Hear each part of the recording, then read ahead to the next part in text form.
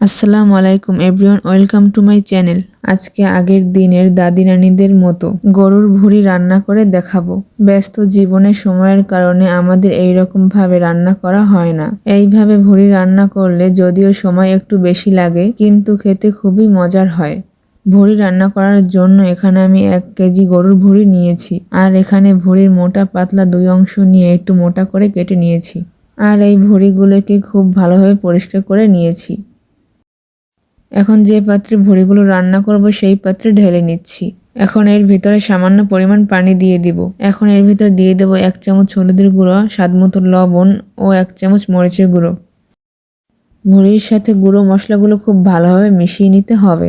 আগের দিনের নানি দাদিরা ঠিক এইভাবেই ভুঁড়ি রান্না করত, তাই আজকে আপনাদের সাথে আমি আগের দিনের নানি দাদিদের হাতের রান্না শেয়ার করছি।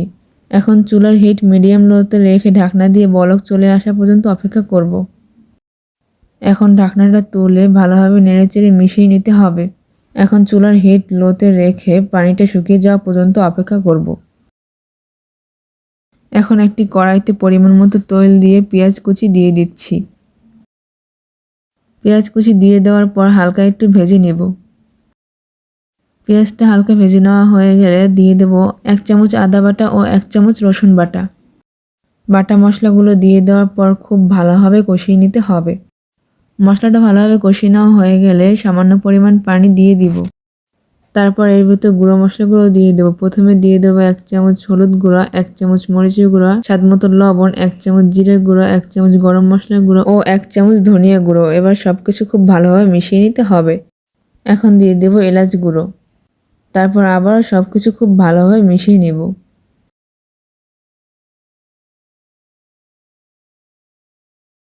মশলাটা খুব ভালোভাবে কষিয়ে নেওয়া হয়ে গেলে দিয়ে দেব 2টো তেজপাতা আর দারুচিনি। এখন অনেক ভালোভাবে মশলাটা কষিয়ে নিতে হবে। মশলাটা ভালোভাবে কষিয়ে নেওয়া হয়ে গেলে দিয়ে দেবো আগে থেকে জাল করে রাখা গরুর ভুঁড়ি। গরুর ভুঁড়িটা দিয়ে দেওয়ার পর মশলার সাথে খুব ভালোভাবে মিশিয়ে নিতে হবে।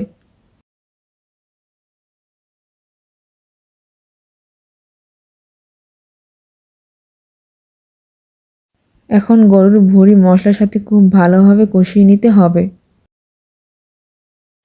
গরুর ভুঁড়ি মশলার সাথে খুব ভালোভাবে কষিয়ে নেওয়া হয়ে গেলে এখানে পরিমাণ মতো পানি দিয়ে দিব।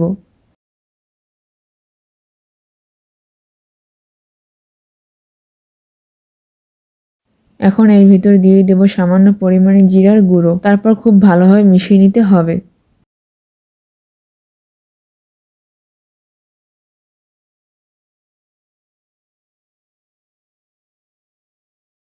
এখন আমার গরুর ভুঁড়ির রান্না একদমই কমপ্লিট। এখন আমি আপনাদের পরিবেশন করে দেখাচ্ছি। এখন আপনারা এটা গরম ভাতের সাথে বা রুটি পরোটার সাথেও সার্ভ করতে পারেন। আপনার পছন্দের যে কোনো জিনিসের সাথে পরিবেশন করতে পারেন।